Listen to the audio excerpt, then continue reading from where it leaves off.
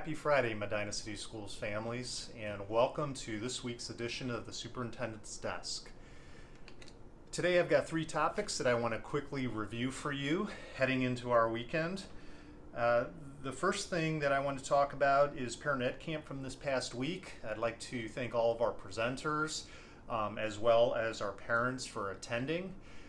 We did have our biggest turnout this year, and by far our most popular sessions had to do with high school academics as well as college preparedness. We will keep note of that for our Parent Ed Camp in the coming year.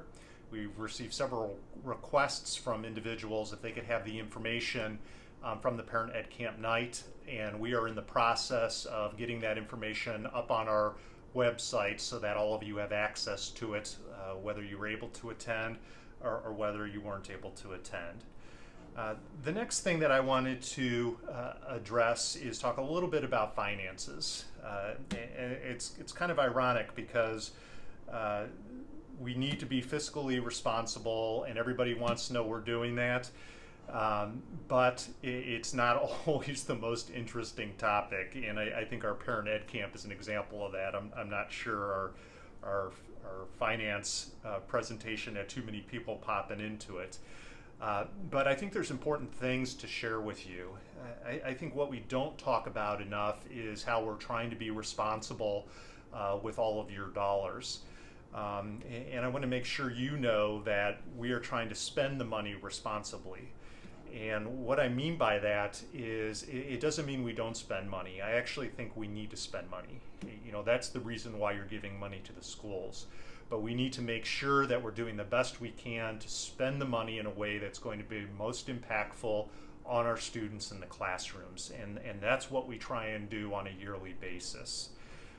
We did have a couple money-saving opportunities over the course of the past year or so that I want to share with you that I'm not sure the general public is aware of. Again, it's about spending our dollars the right way so they have the most impact. The first is related to Blackboard.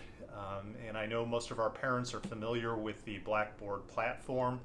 Our teachers, many of them, use it in the classroom. It's used to access grades. Well, that contract historically has cost us over $120,000 a year. So it's quite an expensive annual cost in order to provide that kind of access for our parents to grades and communication. What we did last year is we looked at ways that we could reduce that cost, especially when we were able to go back into the system and see how often Blackboard was actually being utilized.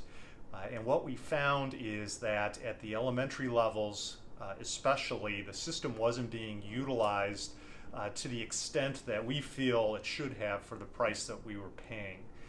So what we did is we transitioned away from Blackboard at our elementary levels. We still have Blackboard in place at our middle school and our high school, and we're transitioning our elementary buildings to Google Classroom, which is a free platform for us to use rather than one that costs money. We're also working on transitioning many of the forms that were available through Blackboard over to our website for access for staff and also for parents. And I think not only is that going to save us money by not having to use Blackboard, but ultimately I think it's going to be easier for parents to use and access. And I think once we make that transition with Google Classroom, I think parents are going to find the same thing, staff is going to find the same thing, because it's a platform that more people are familiar with because it lives within that Google world. We're not going to be changing services, so you're still going to have access to your teachers, you're still going to have online interactions, you're still going to be able to look up grades. It's just going to be through a slightly different platform, and really I think ultimately something that's easier to use. We currently haven't made any changes at our middle school and our high school. I've been asked, are we going to? I know it's been a concern from some of our high school teachers who really like to do online work and make online work available for the students. We have not made a decision on that yet. We will be working with our staff to make that decision. But we do want to make sure that they're aware of other options that are out there and of the tools that can do a similar thing as Blackboard, and maybe even a little bit easier.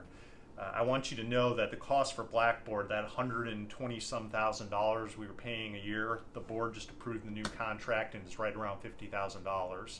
So that's a $50,000 savings. We pretty much cut those costs in half. The other that you may have heard a little bit about lately is our emergency medical services through the athletic department.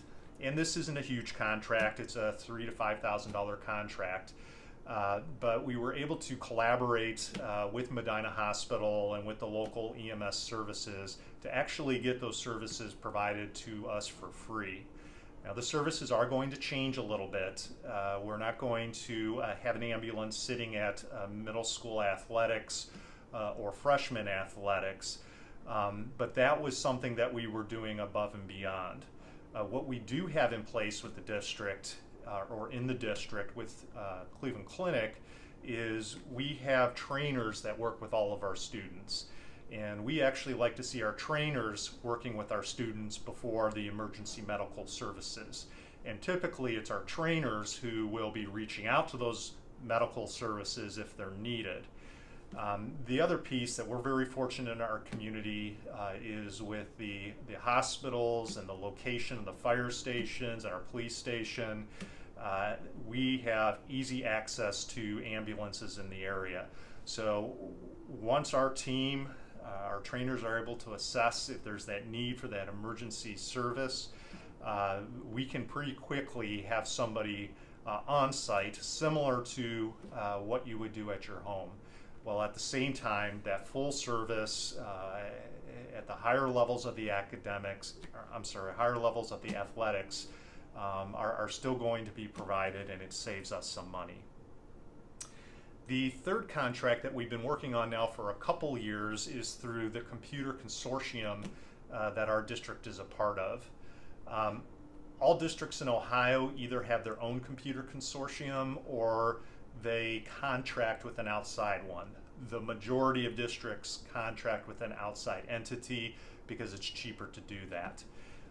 And what those computer consortiums do is they help to provide us things like internet services, filters for the internet to protect our students when they're online.